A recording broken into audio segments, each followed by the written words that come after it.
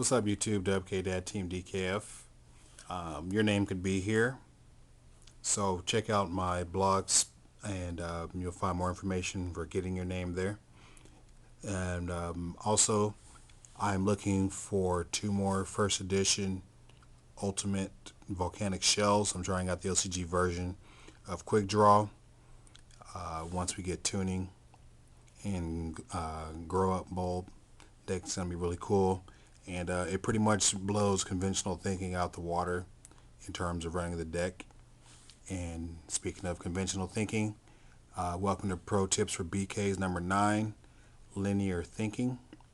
And linear thinking is pretty much looking at the game in one fashion, staying within the box, not understanding card interactions, not understanding complex combos, not understanding,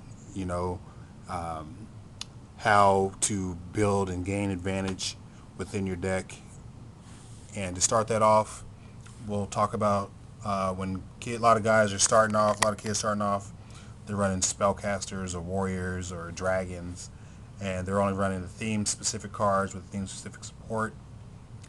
And that's okay when you're first starting off, just getting a grasp for deck construction. But as you move on, you come to realize that a spellcaster deck can be a spellcaster deck, even if it only runs, a couple of spellcasters, and that's simply because if your main combos revolve around those spellcasters, then damn it, it's a spellcaster deck. Quick Draw Plants is a quick draw deck because many of the main combos revolve around quick draw, even though you're only running 2. So please understand that. No more comments about, oh, this can't be that kind of deck because you're only running 3 of blah, blah, blah. Well, continue to stay bad at this game while everybody else gets good. Getting a little bit more complex, Gadgets and Machina. You'll find Thunder King and Doom Caliber in those decks. And that's because the guys that run those decks aren't bad.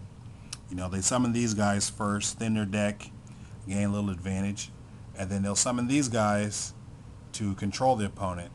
So now they've thinned their deck, they're drawing into removal and other control type cards, and in the meantime they're controlling the board with Thunder King and Doom Caliber. So remember, you thin your deck, gain advantage, then once you have advantage, lock your opponent down with your control monsters. Alright? Continuing with the complexities, there's a lot of decks like GBs and X-Sabers that are main decking Oppression. And Oppression's at 1, and people aren't understanding that if you have a boosted Laquari or Heraclinos on the field, Oppression is really good. It's not that easy to get over a boosted Laquari or Heraclinos. And X-Sabers, you're not special summoning all the time. Sometimes you can just stall out. You're sitting on the field of Gothams and maybe Faltraw. It's pretty hard to get over those 2 big guys with Oppression on the field. And remember, these 2 decks can turn it off with Cold Wave and Trap Stun to make their big pushes. People think that these decks aren't winning if they're not special summoning. Well, there's a lot of times where you're just draw, pass, draw, pass, draw, pass. A whole lot going on because you're waiting for a certain card to go off. Well, if you're waiting for a certain card to go off, Oppression is pretty good because you can lock your opponent out while you control the field.